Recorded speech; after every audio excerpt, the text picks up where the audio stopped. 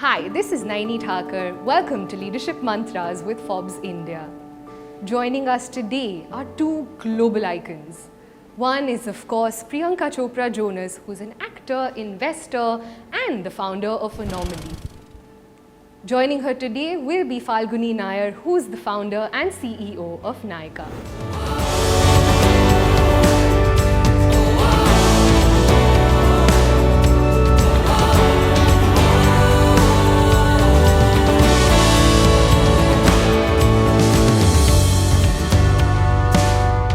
Hi Priyanka and Falguni, welcome to Leadership Mantras with Forbes India. It's probably the first time and the first episode where we're having two women founders. So thank you so much. It's an absolute honor. Falguni, I'm going to start with you. You quit your job at 49 and decided to start Nykaa. It takes a lot of courage to take such a big decision. What drove you to make that call and take that big risk? I think I really wanted to be an entrepreneur, and I wanted to experience that journey of creating something from scratch and seeing it have a journey of its own and a life of its own that hopefully will go into decades and maybe centuries. So I really wanted to build brands, and that's how the journey for Nykaa started. Did you never have a plan B at all? Was it always this? I'm someone who just doesn't see it as a risk and what if it doesn't happen, and I tend to be someone who just jumps in and keeps at it, and basically, of course, there are decisions you have to make to change something if it's not working, but it seems more like minor course correction rather than really plan A or plan B. Right. Priyanka, coming to you, I know that you have a very different outlook, but we'll get to that in just a bit. Before that, I want to, talk about this one quote about that you wrote in your book. You said, from now on, I was going to be an anomaly. And if I was going to be an anomaly, I was going to be the shiniest damn anomaly around. So tell me, what does it take to be an anomaly? And what does it mean, really? Well, anomaly means something that deviates from the normal, right? It's like it's not normal, it's different. So I think that quote refers to when I was in school, and this was in America, must have been in 9th grade or something, and I was always looked at as really different. And you're different, I speak different, I dress different, I behaved different. And then when I came from America back to India, this was 11th standard or something, again I was different. So that quote refers to the fact that being different your strength. Because we're always being told, I think human beings, we have a tendency to live in a herd mentality. So if one person does something, everybody wants to do it. We want to jump onto trends. And I think very young, I realized that I was not someone who liked to follow trends. I like to create them. And I think that was when I started thinking that, okay, I'm different, so now I'm going to be the best, most different person ever, Wonderful. Is that also what drove you to start Anomaly, the brand? The name comes from that thought for sure, but I am a lot more nascent a founder than obviously Falguni is. But when I first started dabbling into business, it was production, because I'm from the entertainment industry. My day job is obviously an actor. And so I pivoted from that a little bit, started production, started doing movies, and I realized that, I never knew that business was creative. And especially now in the landscape that we live in, you can have an idea and create a legacy like she did. And that's what I wanted to do as well. So founding Anomaly came from the thought of, I've been on the best makeup and hair and beauty chairs in the world. I've had the most incredible products used on my face, my hair, my body. I work with the most incredible experts in their fields when it comes to beauty. So my standard of what I like on me is very high. And I didn't see that in hair care at an affordable price. I saw that in hair care at a very expensive price. And that's not for everyone. So just like Nykaa likes to democratize access, I wanted to democratize beauty and started with hair care. Fantastic. And, Falguni, today Nykaa is a market leader, and, like Anomaly, a bunch of other global brands want to be on Nykaa when they come to India. What is the view like from the top, and what kind of responsibility does that come with for you? No, I think it's very exciting. I think it started with us trying to go to international beauty brands and explaining them about India and the potential of India. I think India, if you look at the per capita consumption of beauty products, per capita income in India. Like sometimes, you know, international brands just feel, oh, this is not an important market, we don't need to come. So I think we did heavy lifting by traveling first to Korea, then to Japan, and then to all the Western brands. The brands that we love and we hear about it, we actually go and convince them that, look, India is a great market. So we talk about obviously the potential of the Indian market, and then we are a one-stop shop that gives them access with a lot of convenience, you know, so they have access to all our, like we get 1 billion consumer visits a month to the site, and a lot of unique customers and visitors who are considering their brand. And I think what Nykaa offers is not just online but also offline, and then later, you know, they want to do third-party distribution, they want to do manufacturing into India. We are like one-stop shop that can do all of that. So I think with that convenience and the knowledge that we share about Indian consumers with them, sometimes more important than, say, maybe in case of Anomaly, she already knew Indian customers. But when Korean brands are coming into India or Japanese brands are coming into India, you know, we share a lot of knowledge. So I think what we feel is that we want to offer the best of what the world has to offer to Indian consumers and painstakingly bring one brand at a time. Fantastic. And what about you, Priyanka? You're a global icon today. What kind of responsibilities do you feel being a global icon? I mean, I'm not waking up in the morning saying I'm an icon, you know. But you are, you know. But that. it's also 22 years in the business. Like, you know, don't count my age, but it's a long time that I've been doing this, and I think there's a credibility that builds around that. I'm very grateful and humbled by the fact that I'm referred to like that, but I'm just a girl trying to do the best that I can every single day when I wake up. I have higher ambitions for myself every day. I like evolution, but at the same time, I'm a student of life. I'm not someone who'll turn around and say, all right, I've done this for 22 years, so now I know everything. I love collaboration. I love collaborating with people that know more than me. I like making sure that even with Mesa, who helped me create Anomaly, I didn't know what it was to create a product, but I lent on the leadership of people that have done this. Like with Nykaa, I've lent on them to help me understand what the Indian consumers' needs are and how they've changed. And it's such an incredible landscape. So I think the one responsibility I do take to myself is just trying to be the best at everything I do. And if I'm not excellent at it, I won't do it. Fantastic. And you know, we were just talking about how Falguni didn't have a plan B when she started out, but you're a big believer in having plan A, B and C. Tell us why this is, and would you say this is why you are where you are today? I can't explain why I'm where I am today. I don't look back. Okay. I just look forward. Right. But I'm a believer of, if you have a destination you want to go to, then it's like a flow chart in my brain. You have a destination you have to go to. I like working backwards. And there are multiple ways to get to the same thing. 2 and 2 can make 4, 3 and 1 can make 4. You know, there's multiple ways to get to 4. So I always have a multiple pronged approach, hence plan A, B or C, but to get to the same thing. So it's a different approach to get to the same thing, but I think it's similar, that the focus is one, you want to hit a bullseye, but there are multiple ways you can do it. So I don't just make a plan, depend on a plan. I make multiple plans to get to that one thing. Wow. Absolutely. And like you said, you've always wanted to be different, and I think that's a very interesting approach that you... Because then if you're walking somebody else's path, then what's the legacy you leave behind? You know, you have to be able to create your own. I think for you as well, when you created Nykaa and you quit your job, it was being able to leave a legacy for yourself behind. You had to create your own path, and you've done it like no one else did.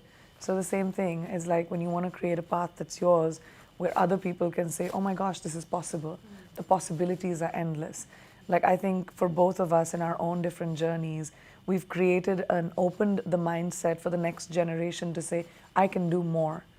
And that's always the name of the game, right? Like if I push the boundaries, then the generation coming after me, it's easier for them and they're not inheriting the problems that we saw. Absolutely. And you know, both of you are at the top of your game right now. And this is only possible when you're willing to learn and when you're constantly reinventing. So what do you do, Falguni, I'll start with you, to stay ahead of the curve? You know, I think just adding a little bit to what Priyanka was saying, I think the road less travel is something very often. Then there are lots of naysayers who don't believe in what path you're taking. And typically you keep hearing saying, like when we started online beauty, everybody thought, oh, beauty can't be sold online. And then they said, if you wanted to do e-commerce, why beauty? You should do electronics, you should do fashion, you should not do beauty. And I think Nykaa chose to do beauty. Again, we built a business which was inventory-led. So at every point, we were not afraid to take decisions that were different and against a lot of naysayers, if I may say so. Now everybody says this was the best way to do it, but not at that time. Oh, so all I think, the time. Yeah. Anytime you do something new, they're like, how's that possible? Yeah. Yeah. It won't work. And You have to shut there's off the Yeah, you noise, have to shut I off the think. noise, and you have to really believe in yourself. So I think that's very important to be able to do that. And I think as far as learning, like I think Priyanka said the same thing, that I also personally feel that I'm a student of management, and I really like management in terms of managing business and understanding all the complexities of business and trying to learn from the best in the world. So keeping your mind open to understand, what's going on with, say, influencer marketing in China, or what's going on with great products that are coming out of Italy, or what's going on with, another aspect of, the kind of tech platforms that India is building, or the kind of virtual reality or metaverse that will come into our way of doing business. I think keeping your eyes open, evaluating it, how to do it, having a path to delivering that, you have to think ahead and be ready when those trends emerge. I think if you don't believe in the trends, you're not ready for the trends, and trends will come and just wipe you off. So I think being prepared for the future is a big thing. Absolutely. What about you, Priyanka? How do you stay ahead of the curve? Well, you can't play catch up. Like if you're playing catch up, then you're the last person in the line. You have to be the first person in the line, and like Falguni said, think ahead, keep your ear to the ground on whatever you're interested in, whatever your lane might be. When it was entertainment, like keeping track of what the world is doing, what people are consuming, what they would like to watch, what is the next new thing. Instead of doing what I've done before, it's about doing something new. And okay, what's the max that'll happen? You'll fail, right? You'll fail.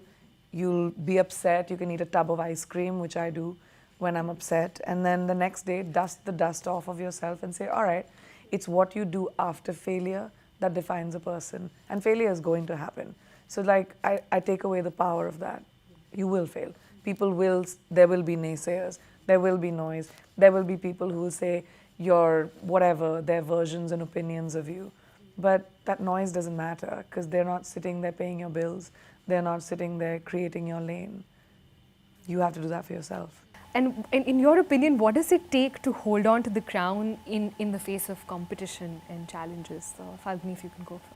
I think we always say that if you are focused on your consumer and you are focused on giving them the best experience, the best products, the best of everything, and you work towards that, and you actually are just motivated by that, and your organization not saying this is enough.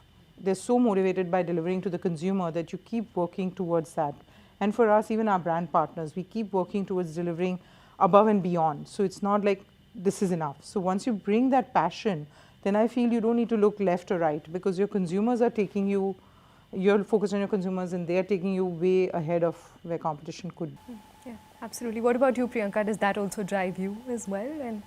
I don't know about holding on to the crown. I think that evolution is the name of the game for me, and I think that's a version of what Falguni was saying as well, is you can't rest on your laurels. You can't say, oh, I've achieved this and now I'm great, I'm settled, no one else can beat me. I think that's a very arrogant way of thinking. I think you have to approach competition with humility and say, all right, that I've reached here. And competitions, people say healthy competition, but this is a version of thinking about it like that, that the more you're pushed, the better you will be. Otherwise, you'll be left behind. So if you want to hold on to the crown is how you view life and how you view evolution of your own self without looking at other people. Your focus needs to be on you and say, is this the standard that is good enough for me? Or do I want to evolve? That's very interesting. And earlier we were talking and you mentioned that you feel that Anomaly is a lot more than just a brand which Priyanka Chopra has created. It needs that drive. Would you say that as an entrepreneur you have a long-term vision for this company, for other ventures that you have as well? And do you think that's what's helping drive the company as well? Absolutely. A public person or a celebrity or someone that you are familiar with will create awareness. So you have people like me, maybe in the country, are aware about me around the world and will say, oh, that's her brand, that's great. But that's not going to bring back a repeat customer. You have to, what's in the can or what's in the product has to work. You have to have a loyal customer base where they're like, you know, this really works on me and I want to go back. So the same thing with movies too. You know, I can have like a great movie, but that's not going to drive my next one. It's constant change and constant evolution and the longevity of this brand. And I'm playing the long game. I launched just 8 products when I first started the brand because I hadn't done this before. This was the first brand I've founded. I've invested in multiple brands like Bumble, for example, when I brought it to India and many others. But this was the first one which was mine, from the font to the label to the packaging to everything I was involved in. But I think we played the long game because we want to be able to understand our consumer, the person who's buying Anomaly, and say, all right, what are your needs? You're liking this, so we're going to add new SKUs as we go along. Now we're getting into oils, we're getting into different kinds of hair care. But I've always been someone who walks with caution because I don't like a big failure. I can handle small ones. So, you know, you take small steps, you take cautious steps, and hopefully when you look back, you have a legacy. Another, of course, factor for why Nykaa is where it is today is probably a very good team, right? Which you've sort of helmed. What does it take, you know, as a leader for you to sort of turn very different people into a high-performing team in a sense? Yeah, I think when you're doing it, it almost feels like, oh my God, it's like, you know, you're just pushing everyone and you're just being that perfectionist, you know, who finds that every little mistake and every single thing. But I think what happens is that culture of high performance then becomes a way of life for the organization. You know, Priyanka, of course, success comes with its own set of stresses, and you know, it is a difficult life, and I'm sure you'd agree. It's not easy balancing it all. But of course, you wear many different hats. Tell us, how can one sort of have it all and continue to have that sort of balance in a sense? I mean, it really is about how much ambition you have and where you want to go. Any goal is a good goal, and it's a very individual goal. Success is like art, it's subjective. What is my version of success, what is your version of success is completely different. But I think like having a work-life balance is very important. I didn't know this when I was in my 20s. I think I realized it on the other side of 35, you know, where I was like, oh, okay, there's that young energy where you're like, I won't sleep, I won't eat, I won't do anything, I just keep working, be a workhorse. And then you do burn the candle on both ends. I think it's really important to say, okay, these are my work hours, and that's great, but you have to nourish your mind and your soul with what is important to you. And that to me has always been my family and my friends. So when I work, whether that's working on 5 different things, 5 different verticals that I have going on, that'll be great. But when I switch off, I really do switch off. And I think that's been a key thing for me to be able to have a healthy mindset, to be able to evolve and try new things. But if I didn't do that, if I didn't take that time for myself, I don't think I'd want to do it. And you know, modern leadership talks a lot about giving back to society. You have, of course, the Priyanka Chopra Foundation for Health and Education. You're also the Global UNICEF Goodwill Ambassador and the Global Ambassador for Global Citizen, if I'm not mistaken. Tell us what philanthropy and giving back has taught you. I think the most important thing about philanthropy that people don't understand, it's not really about the money. For people who can, of course, on a large scale, because we need a lot of it to solve the world's problems. If you think about the Sustainable Development Goals that we had aimed for when it comes to poverty, when it comes to hunger, when it comes to climate, we're not anywhere close to where we wanted to be.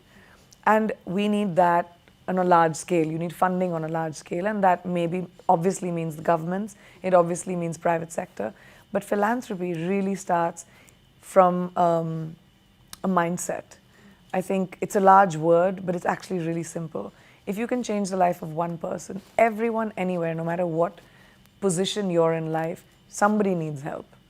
And if that is waking up in the morning and it's someone that works in your home, or if it's someone that you see on the street, if you can in some way change the life of somebody for the better, that's philanthropy. It's really simple. It doesn't have to be emptying out your wallet.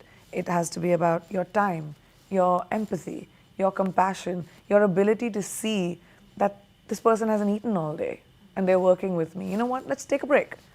Even that is, in a way, compassion, and that can get compounded in so many different ways. So I think the one thing that it's really taught me is to have my mind open and my eyes open to the people around me, to the environment around me, to have a sense of purpose, because I feel like, sure, I'm an entertainer and now a new entrepreneur, but eventually my biggest purpose in life is to be able to change something in people's lives. And I feel most gratified when I can be of use to someone else. Falguni, recently there was a very interesting venture that you guys did, which is the IIMA Nykaa partner to establish research chair in consumer technology, right? Tell us more on this initiative and how it sort of came about. So I think, like Priyanka said, for me also, it's what is important is to bring attention to something that you care about. And I think entrepreneurship and consumer technology is something I really believe in. And I would love for more education in that area so that more younger, generations are, empowered and pioneered to be able to pursue the path in those lines. So I think I am Ahmedabad, which is also my alma mater. I wanted to give back and start with a chair there to pursue research, to pursue dialogue, as well as pursue education on these two important subjects of both entrepreneurship and consumer technology. Besides that, like Priyanka said, even for me, like education of young girls is very important. I think we are trying to do that in Alibag, where we've started a school empowering young kids to learn skills which put them into jobs.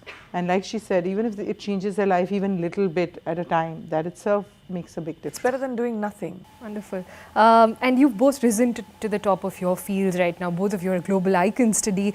Share some advice for women who, wish to succeed in their own fields. I think the one thing, like that Falguni said, even I was very privileged to come from a family where we are in a country where a lot of women don't have a voice. We're in a country where a lot of women don't have choice. Their choices are made for them. But I think my parents didn't want to do that to me. And they made sure that they empowered me to ask questions, to have an opinion, to have choices, to have agency in my own life. And I think that I would say, not just to women, but to people in general, that give your daughters agency in their own lives. Treat your sons, tell your sons that they have a privilege that they can share. Change the mindset of the men in the country. Men need to be allies for women. So that, and my parents were, my father was, my husband is, my brother is, and that is a really, really important thing to happen. So I would just say, be aware of the fact that what you teach your children will impact the world. And being aware of what we teach our children, I think, will lead us to a certain equality when it comes to how men and women are given opportunities. And that's the long game, but it starts at home. Falguni, what about you? What advice would you like to share? Yeah, no, I just feel that what I'm seeing today in corporate India, where the girls of the family are getting an equal chance to run the business and be involved in the business, is something I'm really proud of. And I'm proud that our country is thinking on those lines. And I don't want it to be just few examples, but I want it to be the norm. Yeah. So for me, I mean, really, women hold half the sky and they should have equal opportunity. So when I hear things like, oh, the ratio is improved from this to this, I mean, why isn't it 50%? Like, I don't feel proud that we have 46% women in our workforce. I want it to be 50%. So I think that's where I come from, that it's not that we are better than where we were before. I just think that we should have a chance to wish for all of us women an equal opportunity in all. And I think days come, and I think it's in our hands and in our minds to ask for it and get it. Just one last thing, Priyanka. What has entrepreneurship taught you? That an idea can be monetized. We're in a really amazing time where if you have a new idea, you find a white space, you can create a career for yourself.